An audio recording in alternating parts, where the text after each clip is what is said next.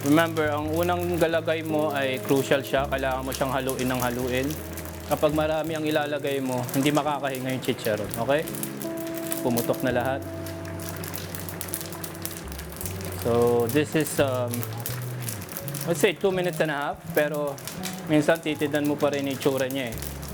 Kasi hindi naman lahat pare-parehas, right? Kapag sobrang itim, nag-change na kami ng oil ulit. Para hindi siya mabaho. Yan na, okay na yan. Kasi baka masunog. Lagay natin, de-drain natin dyan. And that's it guys. Yung unang proseso ng may taba. Tignan nyo to. See, mataba-taba siya, malaman. Yan yung gusto ng mga tao. Yan o. Yan o. See? Yan yung gusto nila. Minsan may karne. Depende. Yan. Yeah. That's why they love Iskoy.